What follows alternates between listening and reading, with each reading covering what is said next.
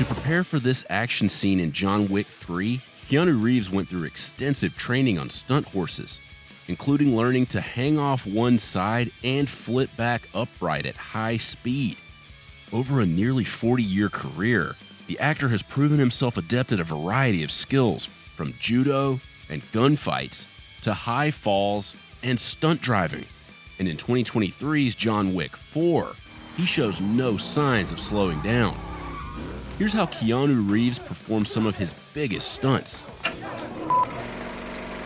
In 2021's The Matrix Resurrections, Keanu and Carrie-Anne Moss were actually able to leap off the roof of a 43-story San Francisco skyscraper with the help of wires suspending them 550 feet off the ground. I'm not doing this. Are you doing this? Keanu and Carrie-Anne started training for the jump 1 month prior to shooting. They practiced on these body descender cables, which would also be used during the actual shoot.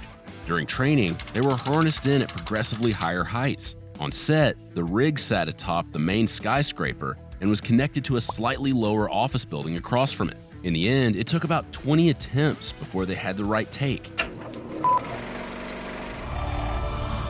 Mr. Anderson.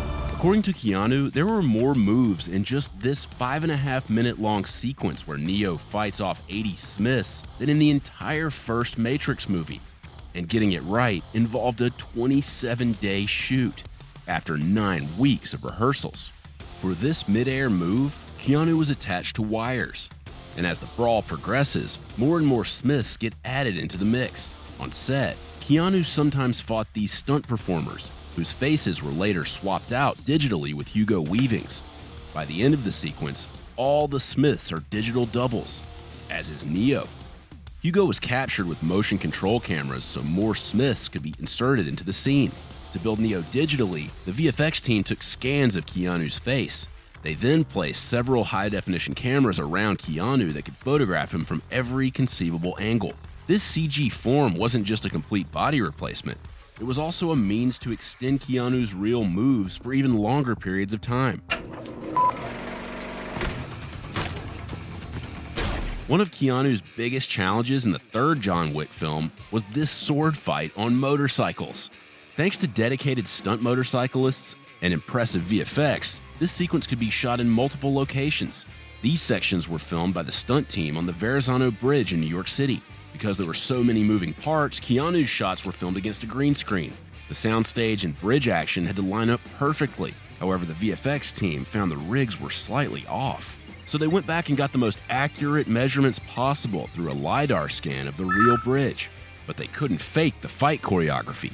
So Keanu rode a real motorcycle on top of this bike sled rig. The rigs were puppeteered by green suit performers who could move his motorcycle back and forth and side to side to nail this complicated bit of sword fighting. In the end, Image Engine painted out the green-suited extras, added some extra flourishes, and combined the action together seamlessly.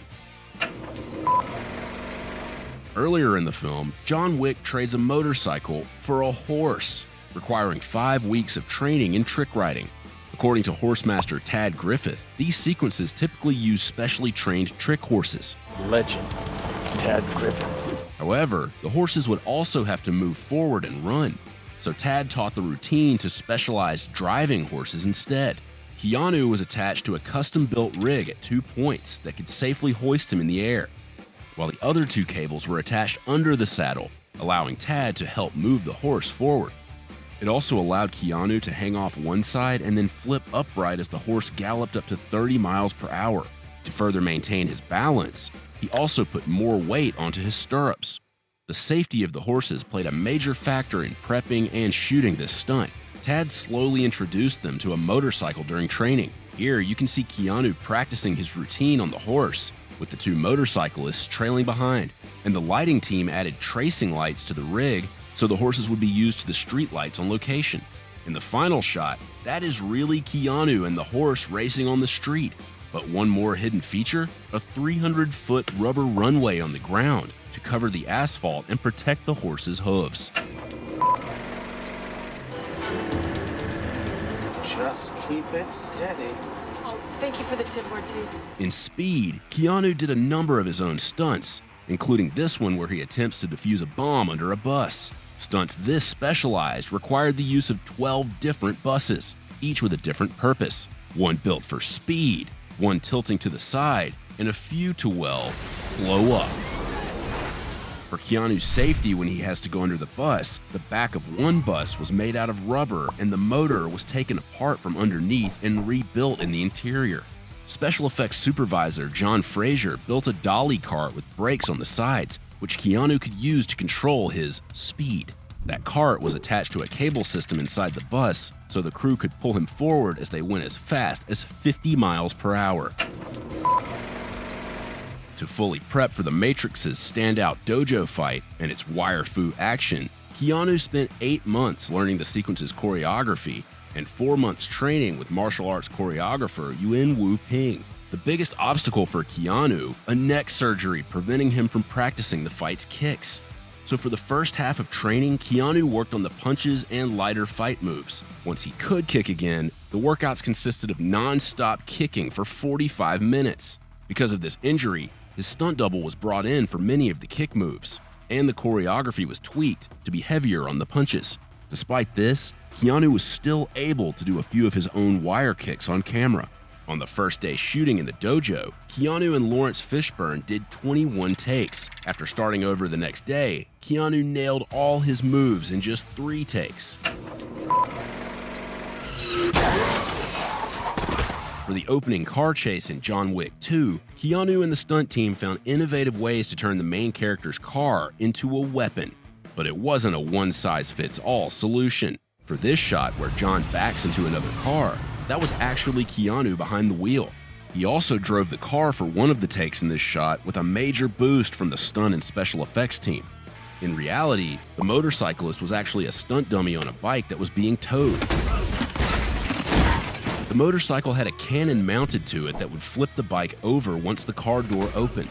For these interior shots, Keanu was actually in the car, but it was being driven by a stunt driver sitting in a pod above it. And this shot was created by crashing a real vehicle on location and combining it with shots of Keanu in a car in front of a green screen. When John drives headfirst into another car to take out this assassin, that was Keanu back behind the wheel. You can see his stunt driving knowledge at work. Here, you can see he isn't wrapping his thumbs around the steering wheel. Why? Well, according to second unit director Darren Prescott, that's actually a professional stunt move to prevent your body from launching forward. The sequence ends with some hand-to-hand combat. Because of Keanu's rigorous judo training, Darren said that his moves were so convincing that they could get this wide shot without having to cut away to a stunt double. John Wick 2 aimed to outdo the first movie's memorable action with even more intense fight scenes, like this one in the catacombs. According to director Chad Stahelski, they treated Keanu not just like an actor on set, but a full-on stunt performer. In order to rebuild his strength 2 years after the first film, Keanu trained for 4 to 5 months every single day for 4 to 5 hours per day. This included a refresher in judo and jiu-jitsu, which was helpful in these shots where he'd have to know the difference between grappling and striking. When it came time to shoot, the actor had 14 to 15 judo moves under his belt. One area where his muscle memory from the first movie kicked in: gun training. While he used one small gun for most of the first movie, now he'd have to alternate between a pistol, a rifle, and a shotgun. Through a 3-gun training program, he mastered speed draws, faster trigger pulls, and transitioning between weapons. On the shooting range, he practiced building speed on reloads while correcting any malfunctions on the spot. Adios, amigo! Aside from this shot of Patrick Swayze, the movie's iconic skydiving was too dangerous to shoot for real, so the crew came up with an inventive solution to create the illusion of flying. Keanu and Patrick laid down on boards hidden under their clothes attached to these cranes. Because they were on separate cranes, they could move around each other independently. While that was happening, the camera operator sat on his own crane, which could turn with the action.